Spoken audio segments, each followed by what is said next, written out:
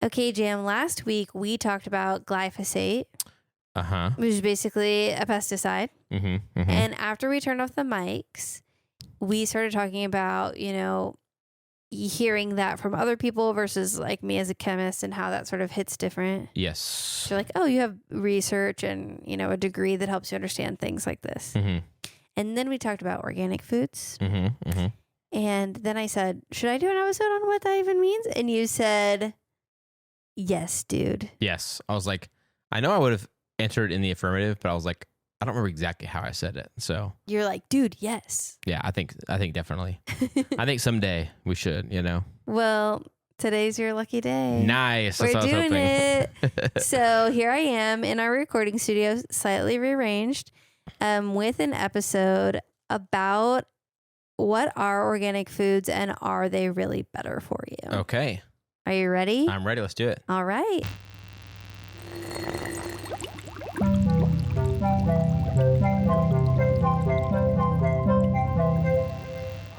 Hey, I'm Melissa. I'm Jam. And I'm a chemist. And I'm not. And welcome to Chemistry for Your Life. The podcast helps you understand the chemistry of your everyday life. And maybe before we talk about this, just to go back over those credentials, I am a chemist. Yes. And I do have a degree in organic chemistry specifically and one in chemistry education. And the organic one is a different type of organic than what we're talking about today. Right. So we're going to get into all of that. But before we talk about anything organic related, I do want to go ahead and spoil everyone right now with the biggest takeaway that I think is more important than anything we're going to talk about today. Okay. Before we do that, should I explain why we're in a different place? Oh, yes. I forgot already. I was so in it. I was so ready to talk about this. No, I'm great. I think most people will be like, I don't care. I want to get to the juicy thing that Melissa was just about to talk about. We are in, this may seem strange, but we are actually in the same room we always record in. Mm-hmm. It's just that we are turned 90 degrees facing the door / curtain area, whatever. So for our audio listeners, yes. we hopefully sound the same. Yeah, hopefully you can't even tell that we're 90 degrees rotated. But if you're thinking something felt a little bit off, that's probably what it was. Yeah. But it's because I have family in town, and the couch we are always sitting on, that you're used to seeing, turns into a bed, and it is currently set up as a bed for my sister-in-law. So, which we love that. We Yep. love using our space for multifunction. What is that called? Like, is that right? Multifunction? Yeah. Multipurpose. Multipurpose, yes. Multipurpose space. Yep. Yeah, and it actually looks very cute and cozy as a bed. I was like, what if we just record in bed today? Oh yeah, that'd be like that podcast. I feel like there's a couple that have done podcasts that have done that. Yes. That one where she did that with Drake, which was very odd. And then Nick Offerman and Megan Mullally do that. But that also makes they're married. They're married. It makes way more sense. Oh yeah, that's cute. As soon as you're not, like that one girl that did that with Drake, I was like, this is weird. Neither of our partners would ever do a podcast with us. Right. It's like they would sit in bed and talk with us, but if we turned the cameras on, they'd be like, I don't know what you want me to say. But, maybe we have started to whet Mason's appetite a little bit by pulling him out on the community episodes. Yeah. And he was in also the one we talked about sourdough, right? Yes, he was. He was featured. Yep. Yeah, he does sometimes make an appearance. If he feels like he has something to say, he will say it. Yeah. But I think the problem is he often is like, I have nothing valuable to contribute here. And It takes him a while to process things. And if he was like, the things I'm about to say are going to be on the internet forever, that would add to the processing time exponentially. Yeah, definitely. I'm more like, I'll process later, I'll speak now and process later. Usually I'm like, hopefully I can process on my feet. And if I make a mistake, I'll just admit it. Okay.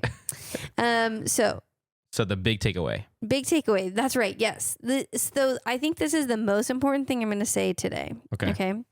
And I think it's more important than anything we're going to talk about, any of these definitions. And that is that heart disease and cancer are the number 1 and 2 leading causes of death in the United States. Mm-hmm, mm-hmm.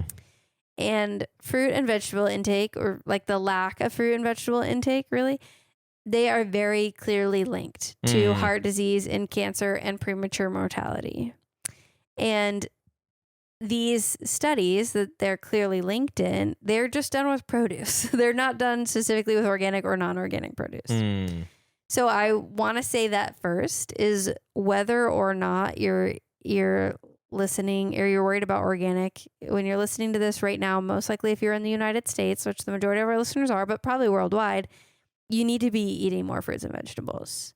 And you also probably need to be eating more fiber. Because I know our demographic of listeners, and colon cancer is a leading, if not the leading cause of cancer-related deaths in people under the age of 50. Wow. And that's linked with fiber intake as well. Right. Yeah, we did an episode about fiber, didn't we? Yes, we did. That was so cool. And I don't think I had that statistic at that point. I learned that more recently. Yeah. I knew we're all underfibered, but I didn't realize that colon cancer was such a high cause in death among younger people. Yeah, that's crazy. So, and listen, get a colonoscopy if there's anything weird going on, because more and more people are getting colon cancer under the age of 50. And if there's anything unusual, any blood when you go to the bathroom, anything like that, you should get a colonoscopy.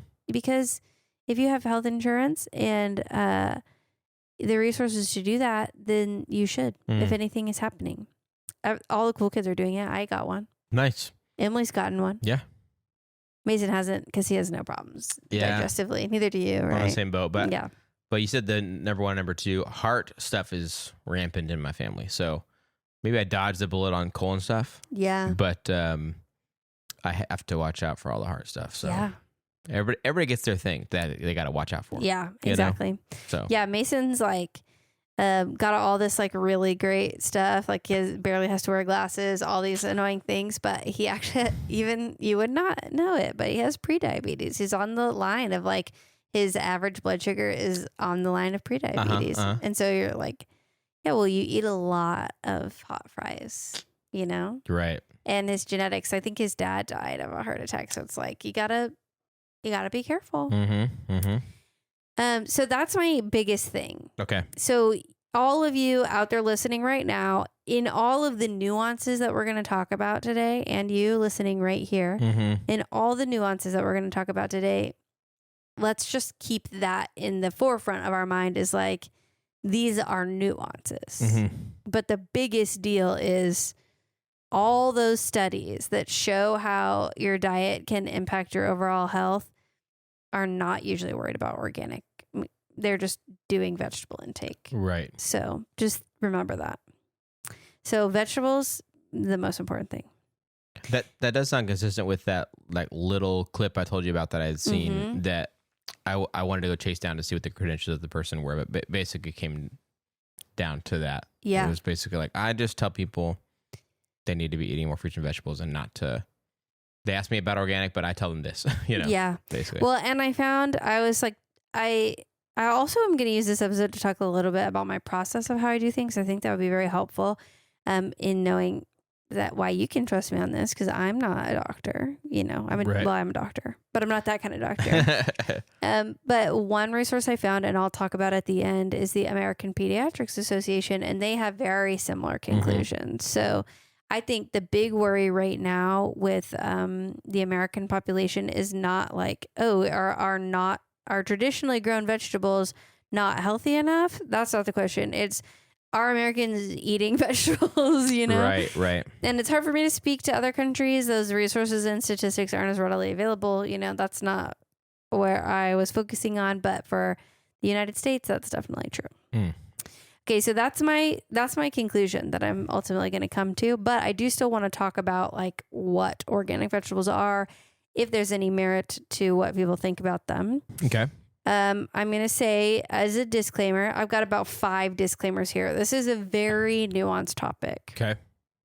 So first is there's different definitions of organic across the world. So today I'm going based on the USDA organic. Okay. Just because that was easy to find resources for in my trustworthy sources.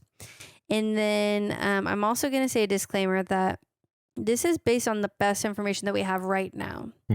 I expect that we will make improvements in our understanding, and this might change in the next 5 years, the next 10 years. And the last time I said that, there were some big changes, and I'm sure that will keep happening. And hopefully we'll still be doing the podcast in 5 years, because we were doing it 5 years ago. Yeah.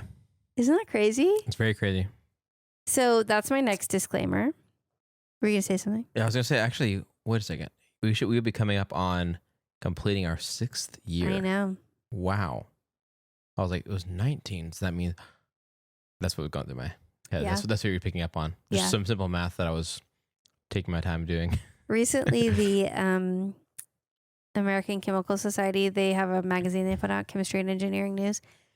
They did a whole, they did a whole issue on like, I guess not the whole issue, but there was a lot of articles about PFAS, and I was like, update episode coming. Oh, interesting. I have I don't know if we should do this here or a different one, but I have a PFAS anecdote follow up to another, adding on to a previous conversation we've had about it. Nice. Not research, but anecdote. Nice. At some point. Okay, great.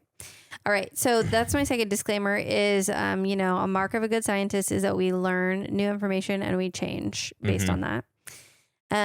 Another disclaimer is this is going to be primarily an episode about human health and not environmental effects. There are environmental effects at play, but that's not what we're going to focus on today. And this is also, I just focus on produce because I feel like that's the one where there's the most misconceptions. And I just had to narrow it down somehow. And that's what I thought of first. And so that's what I focused on. So you didn't deem it necessary to like talk about organic mac and cheese versus inorganic. Well, there was some articles on like organic dairy does this. And I was like, oh, I've only been doing vegetables so far. I don't have the That's space. A whole other animal. Yeah, and this is already one of the longer episodes that I've written in a while. So I was like, we can't do this. Okay. Yeah. And it is a whole nother animal because it's animal products. And we're only talking about produce for this. Yes, literally a whole other animal. Literally. Wow. And then I have a disclaimer. I'm not a doctor. I am a doctor, but I'm not a medical doctor. Right. And I'm not a researcher for organic. But, I am a chemist. I do have an understanding of how scientists write and publish papers. And so I can do research in terms of gathering research articles, summarizing the information I found for you and, how I found it. And then I can share my overall conclusion based on that. And I think that's another important mark of a good scientist is being able to base your opinions in facts and communicate those facts to other people and why you think what you do. So I did kind of want to start by sharing my process of how I even approach this topic in the first place, because it's like such a hot topic. And there's going to be lots of things that are like lots of articles from lots of people, lots of opinions that aren't fact-based. And I didn't want to do that. I didn't want to look at those. I wanted to focus on factual information.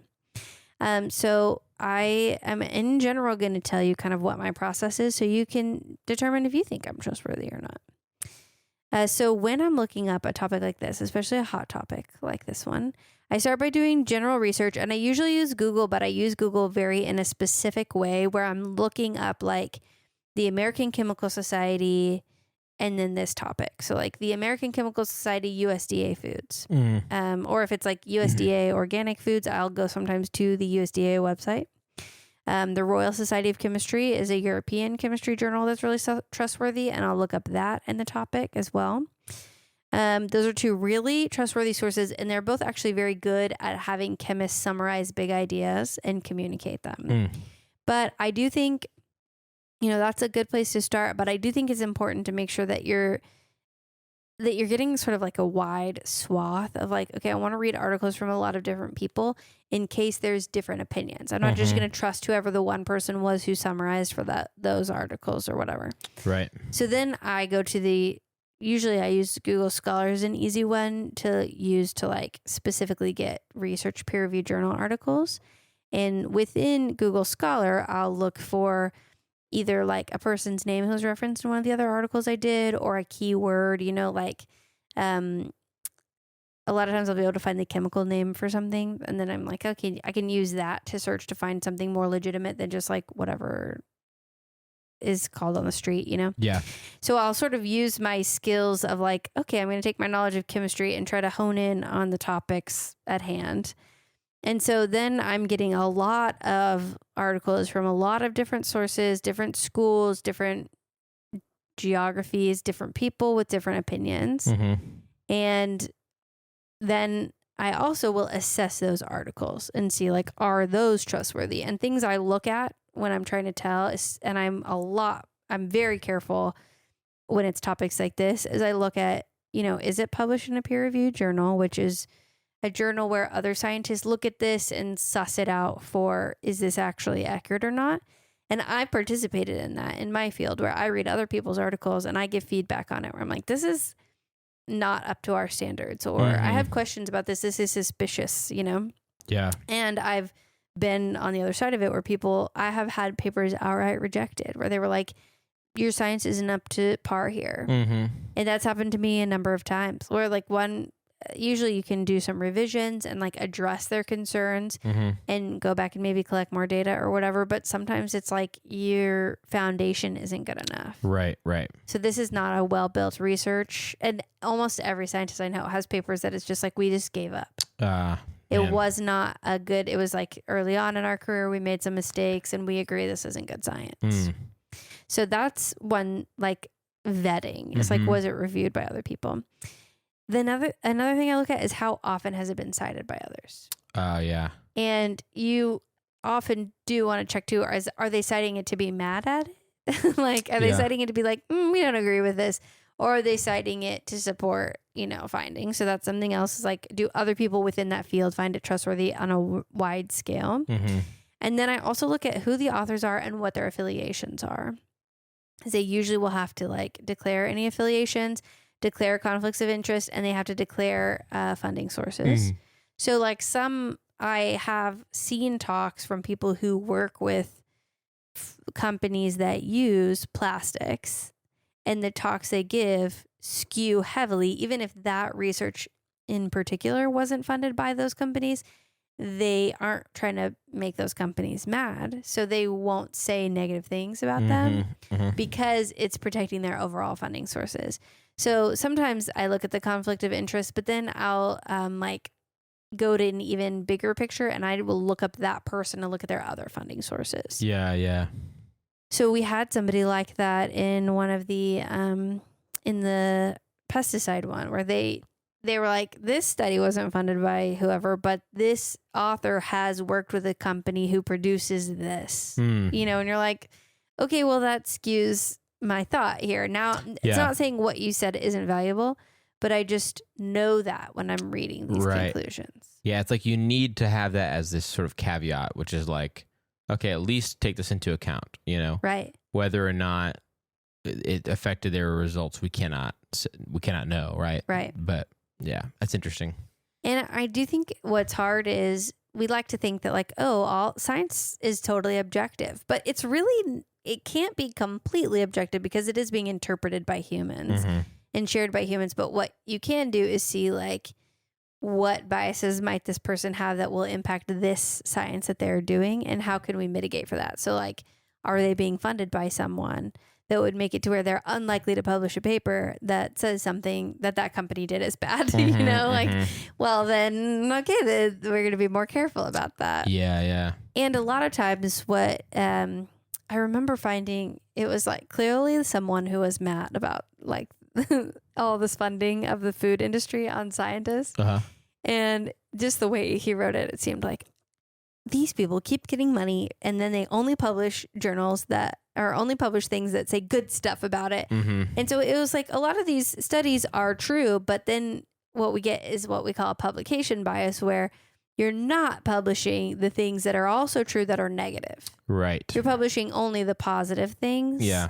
Not the negative things, which means like these things are true and based in evidence.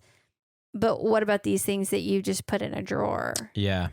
So there's that too that you have to think about. So these are all the things I do when I'm looking at sources. And I feel like this is kind of a longer episode. So, dig in. I know we haven't even started talking about organic stuff yet, but it's just such a hot topic. And I feel like it's worth it to share my sources, not only so that you know that my process is trustworthy, but also so that other people can recreate it. I know we have a lot of young scientists who are listening. I want to be transparent in the way that we do things. So these are all my approaches. Do you have any questions about that? I don't think so. And some of this is things that you've said before a little bit, but you just put it all in one place just now, which is really nice. Yeah. But I don't think anything you said sounded completely new to me, but was really good review. Okay. Because, sometimes you'll talk about why a certain source was one you trusted more or not, or why there's one you were about to use but didn't, like you talked about the other day. And so, anyway, that was helpful for me to get a review of, but I don't have any questions at the moment yet. Okay, great. And sometimes I'll take it and I'll use it and I'll say, well, they said this, but also this was their funding source. So I'm like, right, right. Sometimes I will give those caveats. Okay, so now let's get into organic. So organic in chemistry is any carbon-based molecule. And organic in food is something totally different.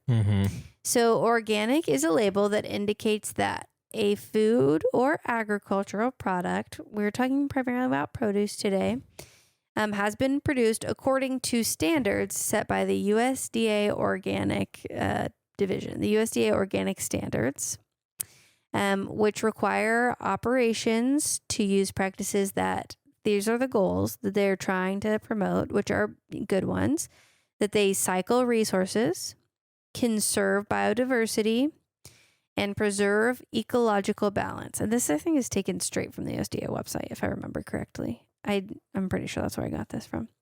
It's been a few days. All my sources are cited in our show notes, but I wrote this like a week ago and ended up not using it, and we didn't record until today.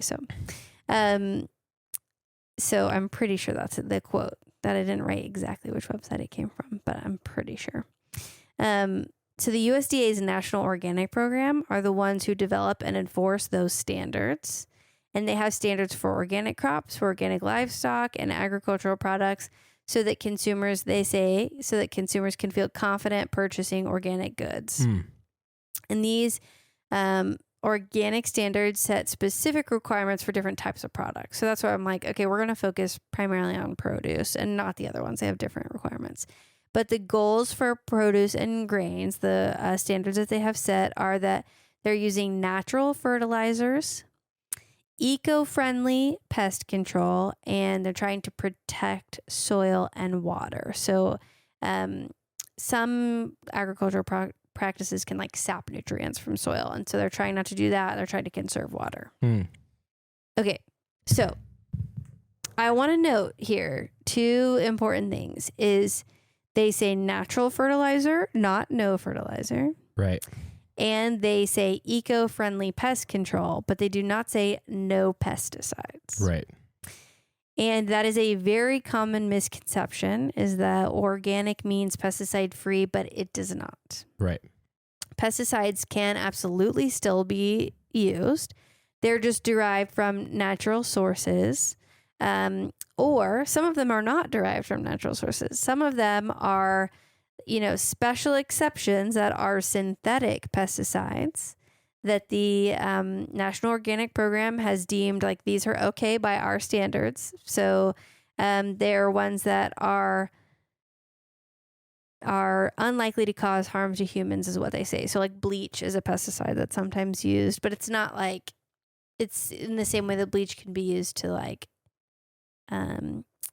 what's that word when water's dangerous and you try to make it safe? Sanitize or I can't think of it right now off the top of my head. Purify, but I don't know. You can use bleach when water's contaminated, basically. Okay. And you can use it as a source to like kill the bacteria and make it safe to drink. In that same way, I think, where it's like, okay, well, bleach at that level is not harmful for humans to consume, but bleach, straight bleach would be harmful. So again, sort of dose makes the poison here. Right. But I also want to point out that, so it's these synthetic ones that are unlikely to cause harm to humans, and natural is the other one. And natural, to me, does not necessarily mean just good. Right. Because many natural substances are toxic. Arsenic is toxic. Botox is the most toxic substance known to humans, and it's made naturally. So when I hear like, okay, so what? I'm like, great. Organic crops use pesticides, but they're just natural. That doesn't tell me anything. Right. But that's what gets everybody else, Right. It's like everyone, not everybody, but a lot of us clearly have been shown to be pretty like that marketing works on us. Yeah. So it's like, I don't really know what natural means, but I like the sound of it. So I'm going to buy this, you know? Yes. Yeah. Instead of being skeptical about it. Yeah. And I have heard people say that, like, well, it's natural. And I'm like, yeah, but that doesn't mean it's good. Yeah. You know? Yeah. There's like a lot of natural things that are really bad. Yeah. Like, yeah. There's tons of natural things we should not put in our bodies. Yes, definitely. But that doesn't mean that it's like all right. Just total bunk. Yeah. You look like you're about to say something else. Nope. Okay. So, but it does to me. I'm like, well, okay, these are great standards. I do think it's important. I think a lot of our agricultural practices are bad. So like we do need to be better about protecting soil, conserving water. We've expressed some concerns about the widespread use of glyphosate, that it's like, oh, there's some things that we're not prepared for, some consequences of that, you know? Mm-hmm. So I do think a lot of these goals are good. Mm-hmm. But now let's get into the research. And sorry, my nose is just itching all of a sudden. Okay, let's get into the research. And there are some facts that are universally accepted by scientists, but this field is a little bit petty. It's like a niche enough field that on both of the review articles I found that there was letters written to the editor complaining about other people who were cited in the review articles feeling like they were unfairly represented, or that the people who wrote it didn't do a fair enough representation on both of them. Like, it feels like a rare gem of scientist pettiness when you can find like one paper where somebody's like, I'm mad that so-and-so said this about me only professionally. And then the other people are like, well, it was published and here's why we said it and you can't do anything. And then, you know, somebody else will come along and be like, guys, stop fighting. So on both of the review articles, I found that. So I'm like, okay, we're really getting into the nitty gritty. Like one was a person summarized a bunch of stuff and they were summarizing a study. That's what review articles are. They take a bunch of studies and summarize them and draw conclusions. And one of them was summarizing a study in Europe and said like, oh, well, this paper didn't clearly state what was meant by organic. And then the authors of that paper were like, well, in Europe, there are standards. And so we disagree with this. And then the original authors replied and they were like, we understand that, but this is our criteria and you didn't have it. So it was just that kind of back and forth. So that was kind of funny. Yeah. And I enjoyed it. It's like, sometimes it feels like you're like watching, you know, like the popcorn watching a movie of like the sitcom, like, oh, look at these people of like something that really doesn't matter, but it's like an engaging. Yeah. So that was fun. Yeah. But then also, spoiler for the community. I feel like that was also, we had the media exchange and we watched we watched Oppenheimer. Petty scientist on full display in Oppenheimer. Petty scientists on full display in this research. Yeah. So scientists, you know, we're all just humans. Yeah. Sorry, what were you gonna say? I was just like, yeah, it's like, on one hand, there's a pursuing of like, we're trying to pursue, you know, good data got by good methods, well-designed studies, blah, blah, blah. But at the same time, it's hard for there not to be things that are personal. And it's interesting hearing about that because it's like, you know, this whole crew of people are in a way pursuing similar things. Yes. And trying to, you know, be part of the same discipline, blah, blah. Yeah. But to hear about these sort of squabbles of different sides or whatever is interesting, but also like, you know, very understandable. Yeah, I guess it is. Well, and if you want to hear more about that, you can listen to our community because I'm definitely going to talk about that. Nice. Like where I've seen pettiness in science. Okay. So, I lost my thought with that. Okay. So I feel like the research that I found in general focuses on two primary things. One is like, are there pesticides lingering? Essentially, we call them pesticide residues, and I'll define that in a minute. And then two, are organic foods healthier for us? Those are kind of like the two things that people are talking about. So I'll start with the answer to the easier one, which is, are the pesticides lingering? And the short answer is yes. Pesticides are lingering in both organic and non-organic foods. Okay. You're going to get pesticides either way. Okay. They're lingering in the form of these pesticides residues, which is defined by the World Health Organization as any substance or mixture of substances in food for man or animals resulting from the use of pesticides. And then they go on to say, like, this includes anything specified derivatives, degradation, and conversion products, which basically means, like, did they break down or react to something else? Metabolites. So did you eat it and then you metabolized it and produced something new? Reaction products or an impurity that would be of toxicological significance. So these residues, there's a whole area of chemistry called residue chemistry, and chemists who study pesticide residues specifically. And there are really lots of journal articles in the Journal of Agriculture and Food Chemistry. And there's even a cool one that sort of summarized that thanks to that type of chemistry and lots of analytical methods that were used to, and actually probably analytical methods that people who are chemists, like who have gone through an undergrad in chemistry, have used, like gas chromatography, if you're a chemist, you know that, and mass spec and things like that. Things that people have used, high performance liquid chromatography. They sort of have like been able to identify toxic chemicals that were bioaccumulating as a result of pesticides, and a lot of those have been eliminated. So this article was saying because of that work, there were a lot of very concerning residues in the 1940s through 70s that are no longer in our foods. Okay.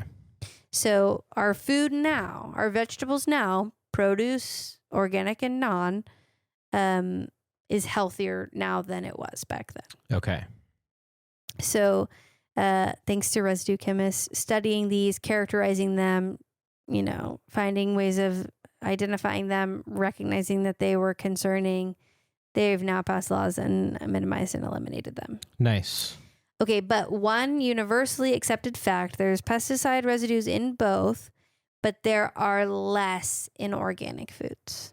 Less pesticide residues. Right. In organic produce. Yes. So it's like, I don't remember if it was a third less or 1/3 of the amount, but we'll say at least a third less. Okay. So there was a pretty significant amount, I would say, less pesticide residue on organically grown products. Got it. Not that there are none. Right. There still are them there. And a lot of people think there are no pesticides, but there are pesticides and there are pesticide residues. So that's one thing that research shows. And there are less pesticide residues, and it seems like there's less that are already linked to adverse health outcomes, like glyphosate. But again, glyphosate is used all over the place, and it's been extensively studied, where some of these natural pesticides may not have been studied to the same amount. Right. So it's sort of that, like, okay, BPA free, but now what do we have? I didn't find a lot of good data. I'm sure there is information about it if you're in these circles, but I couldn't find, like, okay, so what are the natural pesticides we're using? Right. So getting a sense of, like, okay, there is an amount of both of these. Do we know if one of them is more harmful to us or not? Right. It's kind of hard because we don't have equal amounts of data about both of them. Got it. And it probably is, I mean, like, okay, there's less. So if you're in a position where, you're like, all right, I'm going to try to be avoiding pesticides, organic is a good bet, but just know that you don't know what necessarily the health effects of those are. Yeah. The ones that are not naturally derived, that are approved, are very unlikely to be causing problems, whereas glyphosate has been characterized as likely carcinogenic, but so has red meat. So it's like it's a weird game of nuance where it's like, I can't say for sure that because there's less, it's better. I can say for sure that there's less pesticide residues. Yeah. And it seems to me like there's less evidence that they would cause harm, but that might be also because they've been studied less. Yeah. Right. So it's a very nuanced of, like, there's no absolutes here. Yeah. Okay. So, and I will say the USDA, those standards do seem to be focused on trying to have less impact on human health. Especially for those synthetic ones. But the only thing I really could find researchers consistently say is that there's less pesticides in produce that's organically grown than conventionally grown. Residues. Yeah, got it. After it's been picked and processed and arrives at our homes, right? Yes, okay. Yes. Pesticides or residues once it's like out in the market. Yeah. Okay. Okay. And so then the other research question is like, okay, so then ultimately does that mean eating these are healthier or not? Mm-hmm. So in terms of nutrition content, the macronutrients, so that would be protein, fat, and fiber, the big deals.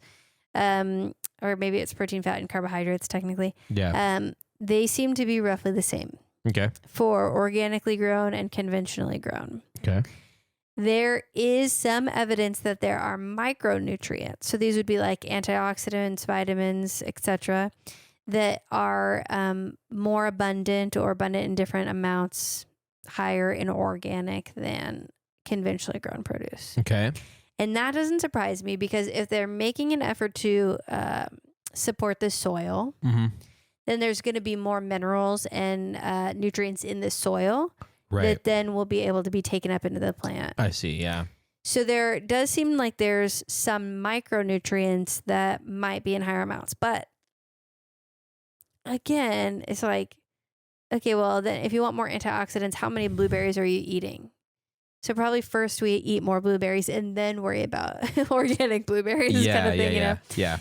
So one thing that's not supported in research is that eating those organic produce products are ultimately going to make you healthier. There's that little bit about the nutrient content. The micronutrients do seem to be a little bit more abundant or positive micronutrients in organic, but that is still not linked to human health outcomes. Right.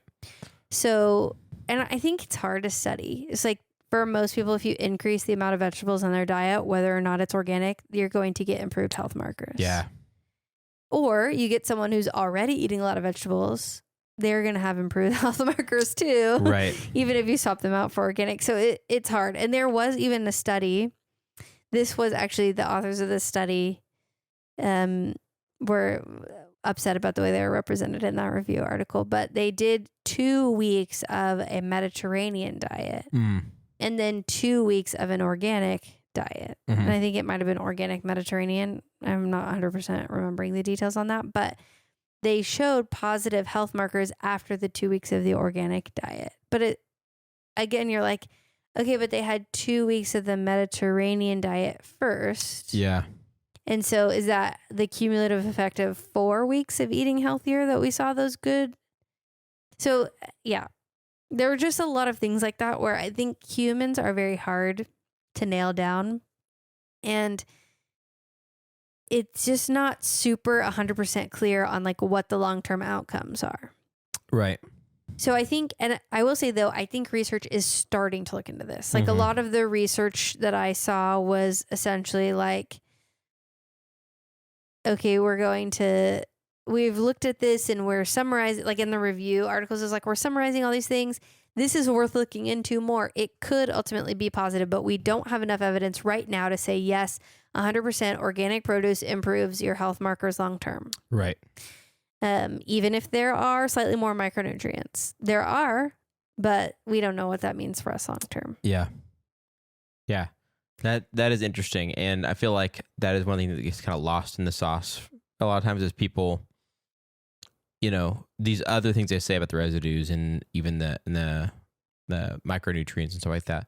Obviously notable. It's like they're able to find it and document it or whatever. But they're like, but what about outcomes? Because there's so many things where it's like, it goes into our body. What if nothing is different on the other side, Yeah. And the very numerous other factors that change from every person's body. Right. Can completely nullify something. Yeah. Same apple goes in to my body as somebody else's, and obviously there's a lot of other things that'll affect our outcomes beyond just what we ate. You could have vitamin deficiencies. You could have absorption problem. You could have there's all kinds of things. But also, I like when I read the thing about the improved micronutrients, I was like, that doesn't surprise me. But like, how many more antioxidants are we talking? Like, if I ate 5 more blueberries, would that cover it? You know, like, could I just eat more of the lower micronutrient fruit? Right. That was a question in my mind. Yeah. And I think I remember when we talked about antioxidants before, that some fruits just have so much that it's sort of like, okay, so if these blueberries have a little less, what if I just eat one more? Is that it? Right. Like, you know, we're talking like, what kind of levels of difference are we talking about here? But yeah. And does that level of difference ultimately matter in our long-term outcome? Yeah. And the biggest thing that we know is eating more fruits and vegetables will have an impact on your long-term health markers. Yeah. But none of those studies that I found were like, okay, eating more specifically of organic is going to do that for you. Yeah. Interesting. It seems like we're laying the foundation to be able to make claims there, but we haven't been able to do that yet. Yeah. And we're laying the foundation to be able to investigate, to be able to make claims one way or the other. Totally. It does seem like splitting hairs, but in a way that I'm like, I get it. Like, it's good to investigate. Yeah. But I can see why a lot of people would be like, but listen, everyone, like you said at the top, one thing that's abundantly clear and has been for a long time is just please eat more fruits and vegetables. Yes. And it would be an interesting problem to have if we were all eating the amount that we should. And then we're talking about, oh, could we actually improve this a little bit? Because we're all bought in. We're all walking the walk on the vegetables thing. But check it out. If we got these kind of vegetables, they would be that much better. Right. Like then it matters. But right now it's like, does it really matter to most people yet? And I think it doesn't yet. Yeah. I think for most people, we're not eating enough vegetables, fruits and vegetables for this to be the conversation we're having. But I do feel like it's important to dispel some of these myths that are out there about it, you know? You're right. What if I just want to like sort of think I'm healthier, but not really be? Would that be a good reason to go? Yeah. Or if you just want to like take your money and throw it in the trash. Right. Yeah. Yeah. Is there a way I could spend more money on something that's not going to affect my life more positively? I will say, well, maybe the micronutrients make it taste better. Yeah. Oh, there you go. So who's to say on that? Because there are antioxidants. One thing that I think would give us better long-term insight into the question of like, oh, do we need to be doing more organic produce, is really about the pesticides and how are the pesticide residues impacting our long-term health. I think that's to me the biggest thing, is not the micronutrients, but like, okay, well, there's definitely less pesticide residues over here than there are over here. So let's look at those pesticide residues and say, are these going to be bad for us long-term? We've done that in the past and taken a lot of those pesticides off the market. So like, do we need to do that again? Yeah. And that is, I think, the thing that would help us know more about if we should be pushing more for more organically produced foods. But I mean, there's other benefits to organic foods in terms of like better for the environment and things. But if we were worried about our long-term health, I don't think it's going to be in the micronutrient content of the organic food. I think the question is to look at those pesticides and like, if they're not safe long-term, the residues that end up in our food, then we should not be having them on any food. Right. Organic or non-organic or traditionally produced food. You know? Yeah. So that's a thing that I think, and it seems like research is focusing on that more now. Is like, what do these residues mean about our long-term health? So, but again, like we've talked about, what is 100% clear is, not eating enough vegetables is hurting us, you know, so eat more vegetables. And that is really, like I said at the top, that's my conclusion. Most of us aren't getting the produce we need. You can improve all your health markers first by focusing on eating the produce that you need, getting the fiber that you need, getting a good balance of healthy fats, fiber, and protein. Those are really important things according to dietitians and research. And then if you're already doing that, you're a super healthy person and you have a lot of disposable income and, you know, you're giving to people who don't have enough money to do those, to eat their vegetables. Then after all that, let's talk about like going solely organic, you know? Yeah. And like sometimes we buy organic food if there's not the other option available or, you know, so it's not like we never buy organic. I actually don't grocery shop. Mason does our grocery shopping, but so sometimes we buy organic food, but my main takeaways is that organic food is not shown to be more nutritious in a way that's meaningful. It's not proven to be beneficial to our long-term health.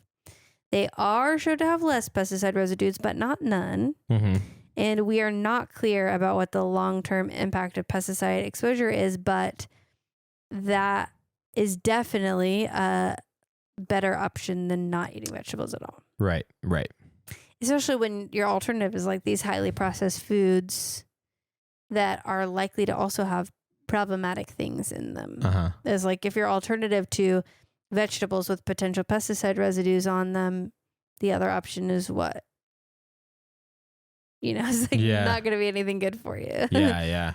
So, and I did, like I mentioned, I found the American Association of Pediatrics, and they had some key takeaways that I thought were really helpful that I'm actually just going to read straight from their website. Nice. So consuming fresh or frozen produce is of paramount importance. Families should not avoid consuming produce just because organic's not available or possible for the family to purchase.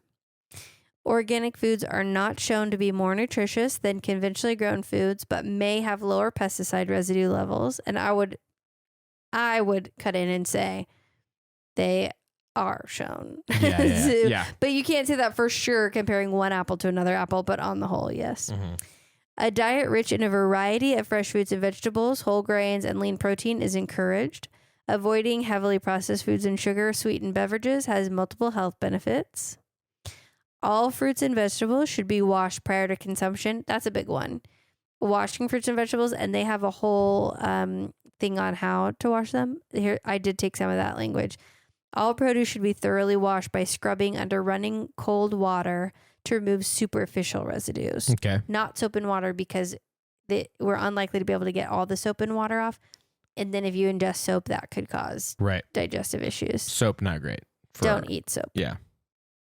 And then the last thing is they said, when possible, consider buying organic produce for those items known to be highest in pesticide residues. And so they linked to another source with like, these foods often have higher pesticide residues. These foods often don't. And I would really probably caveat that to say, like, when possible, if it doesn't hurt your financial goals. Yeah. It wouldn't be terrible for you to think about buying those. But so I would almost even soften the language on that. But, they're a good source, the American Pediatric Association. So, so that's what we know. I mean, I think what we know is organic vegetables are essentially just following this set of standards set by the USDA. There are some benefits to them. I think there's probably benefits to the environment from them. I don't think buying them is bad. But if your number one priority is your health, that's the question is not organic vegetables or no vegetables. It's just eat vegetables. Mm-hmm. Yeah. Interesting. Sorry, this was so long, but I felt like it was so nuanced that we had to caveat a lot. And it was just a lot of me talking. So we didn't get to hear your thoughts as much. No, I mean, I don't really know that I should have many other than like, that's interesting. You know what I mean? But what am I going to add? I'm like, well, article I read. So, you know what I mean? It's like, what have you heard from the consumer side? I'm just taking it in. And what is good though, what I'm happy about is that the way I thought it was, based on the information I had as a non-chemist, trying to look into it a little bit, seems like I wasn't fed anything incorrect. Yeah. Which is good, Yeah. But if the opposite had been true, which may be for you as a listener or watcher, can be weird to hear and be like, oh, wait, I was told this, and was somebody or something lying to me or misrepresenting the truth or whatever. I happen to be in a situation where I'm like, wow, it's crazy that this is what I heard, which was basically eat more fruits and vegetables. Yeah. Don't be too concerned with the organic of it unless I have margin to spend. Yeah. But that it was just the outcomes, human outcomes, was not there enough of evidence for it to matter enough as we know it so far. Yeah. And so I have had discussions with people that don't have that understanding and have been told totally different things. And they are of the opinion, or they have been sort of led to believe that eating some produce that is not organic would be bad for them. And I don't think there's evidence for that. And that's just kind of hard to like convince somebody of. So yeah, I don't know. I'm glad this is the case for many reasons, but mostly because for the average person that is, is in many areas in our country where just getting some good fruits and vegetables is difficult enough. It's like, this is great news for that. It's like, just get any kind and wash it, and it's going to be better for you and your kids. Yeah. So I'm glad that no matter what the route was like and the number of caveats we had to give, I'm glad that we were able to come away with something that's like, this is good to know. Yeah. Well, and I'll say there are people who have a very low risk tolerance. So like they don't eat red meat because it's in that category. And for those people, this is probably in line with that. But I don't know that there's a ton of evidence that, to me, there's not evidence right now that says like eating non-organically grown produce is bad for you. Right. I do think there are a lot of people I know who don't wash their fruits and vegetables. Right. And I think that is a big change that you should make. And one thing I thought about is like, okay, well, I can't use soap to get things off. So what would I do to try to like get everything off I could? And I do think maybe rinsing like with vinegar, which is safe to consume, and then doing a rinse off afterwards, like food grade vinegar, that would neutralize anything that was basic. And then you could do the opposite with like some baking soda, but rinse it off well. That was like a thought I had. Look into it.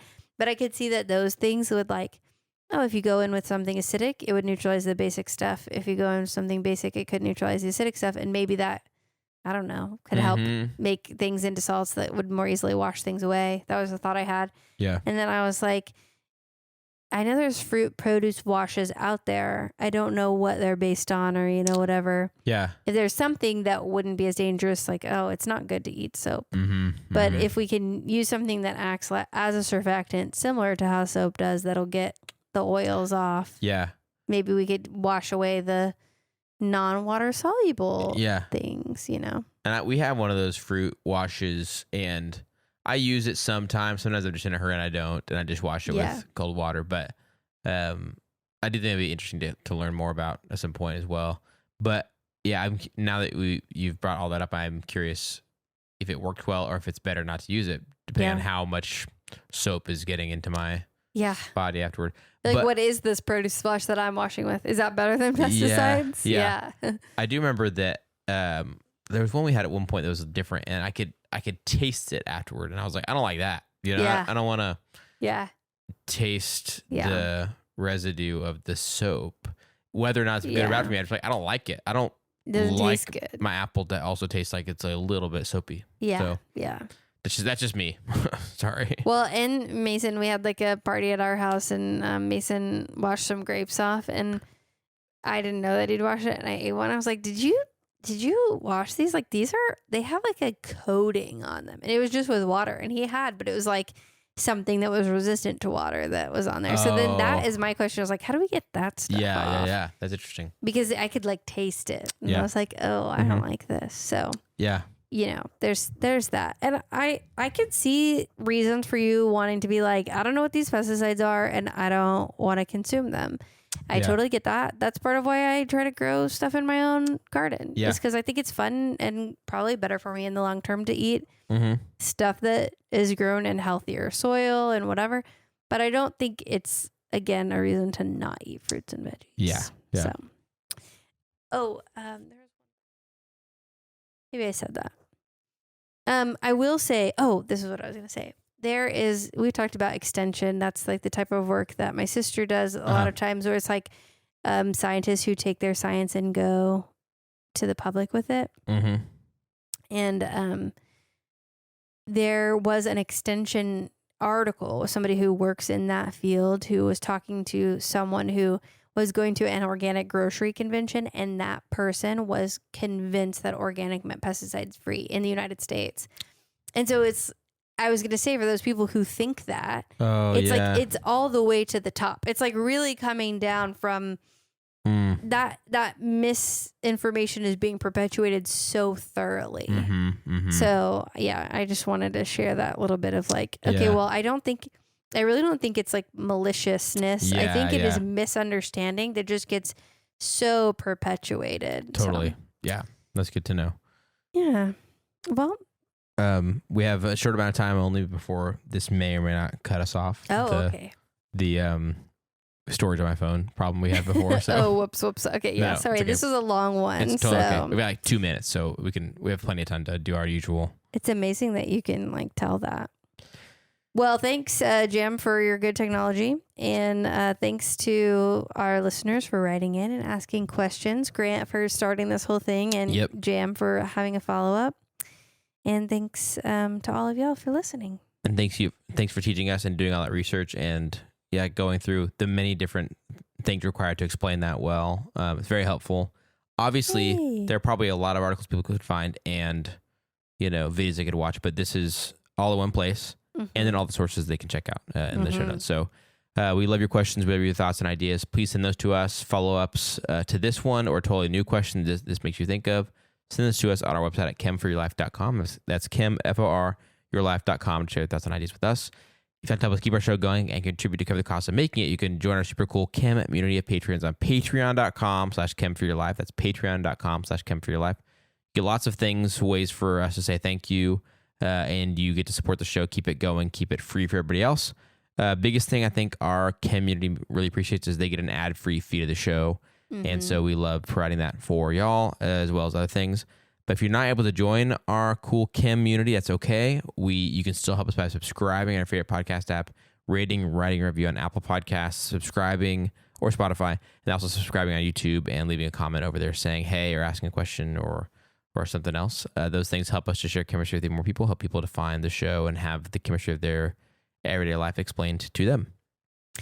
This episode of Chemistry for Your Life was created by me, Melissa Collini, and him, Jam Robinson. He is our producer, and this episode, like he said, was made possible by our supporters over on Patreon. And so we want to shout out our community and thank every one of them by name. So thank you to Emily, Ash, Vince, Julie, Heather, Autoclave, Chelsea, Doreen, Scott, Jesse, Sierra, John Troy, Jeanette, Cullen, Erica, Elizabeth, Sarah, Rachel, Latila, Katrina, Suzanne, Venus, Lynn, Jacob, Brian, Emerson, Christina, Timothy, Stephen, Chris, Claire, Chelsea, Avishai, and Hunter. Thank you all so much for supporting the show. It means so much to us. And yay chemistry. Yay chemistry. I was going to wear my yay chemistry shirt today, but it was dirty. So. Nice. You get the Intermolecular classic. forces. Bye. Bye. That was fun.